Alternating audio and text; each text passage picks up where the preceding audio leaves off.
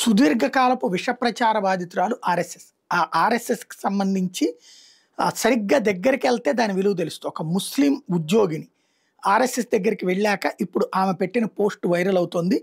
కేరళ ముస్లిం మహిళా అధికారికి సంబంధించి కేరళ ప్రభుత్వ అధికారిని ఆర్ఎస్ఎస్ గురించి సోషల్ మీడియాలో చేసినటువంటిది. ఆమె పేరు రేష్మి ఆయిషా. తిరువనంతపురంలోని కిమ్స్ హాస్పిటల్‌లో సీనియర్ ఆఫీసర్. ఆర్ఎస్ఎస్ కార్యకర్తలతో సరసంఘ చాలక్ మోహన్ భగవత్‌తో సమావేశం అయ్యింది. ఆ తర్వాత తన అభిప్రాయాన్ని పూర్తిగా మార్చుకున్నానని ప్రకటించారు. మలయాళంలో సోషల్ మీడియాలో ఆర్ఎస్ఎస్ ఓ ముస్లిం మహిళగా ఆర్ఎస్ఎస్ 100 ఏళ్లకు చేరుకున్న సందర్భంగా తెలుసుకున్న విషయాలు పేరుతో సోషల్ మీడియాలో ఓ పోస్ట్ పెట్టుకొచ్చారు. సంఘ్‌పై అక్కడ ఇక్కడ వినొస్తున్న పుకార్లు నాకు మొదటి నుంచి వినిపిస్తూనే ఉన్నాయి. ఆర్ఎస్ఎస్ ముస్లింలను అంతమొందిస్తుంది, వాళ్ళని దేశం నుంచి పంపించేస్తుందన్న భయంకర విషయం కూడా తెలిసింది. దీంతో భయంగా ఆర్ఎస్ఎస్ని చూసేదాన్ని.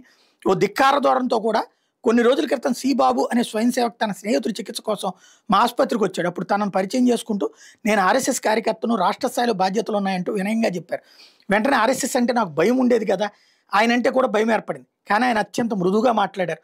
కేరళ ధోతి చొక్కా, భుజానికి బ్యాగ్ వేసుకుని వచ్చారు. ఇంత సాధారణంగా వచ్చారు. పైగా రాష్ట్ర స్థాయి బాధ్యతలో ఉన్నానని చెప్తున్నారు. అలాంటి నేతను నేను ఎప్పుడూ చూడలేదు. నేను చాలా ఆశ్చర్యపడ్డా.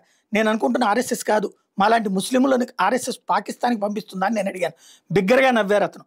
లేదక్క, మిమ్మల్ని ఎవరో తప్పుదారి పట్టిస్తున్నారు, మీరందరూ కూడా మా సోదరీమణులు అని చెప్పారు. వచ్చిన ఆర్ఎస్ఎస్ కార్యకర్త నాకంటే వయసులో పెద్ద, అందుకే పేరు పెట్టి పిలవమన్నాను.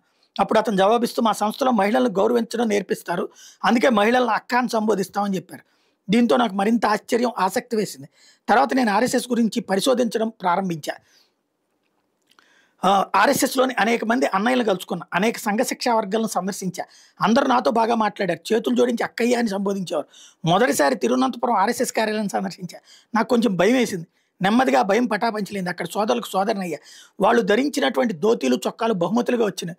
చాలా సందర్భాలు వాళ్ళ దగ్గర తినడానికి డబ్బులు, ఆహారం కూడా ఉండదు. వాళ్ళే ఆర్ఎస్ఎస్ ప్రచారకులు. వాళ్ళు మన దేశం కోసం సన్యాసాన్ని స్వీకరించారు. వాళ్ళకి విలాసవంతమైన జీవితాలు, వాహనాలు లేవు. ఏది దొరికితే అదే తింటారు. బస్టాండ్లలో, రైల్వే కోచ్లో నిద్రిస్తారు. దేశ పరమ వైభవం కోసం వాళ్ళు ప్రాణాలు కూడా త్యాగం చేశారు. మన ప్రధాని మోడీ కూడా వీరిలాగే ప్రచారకని తెలుసుకున్నా. క్రమక్రమంగా నేను విభాగ్ ప్రాంత స్థాయి కార్యకర్తలకు అక్కయ్యనయ్యా.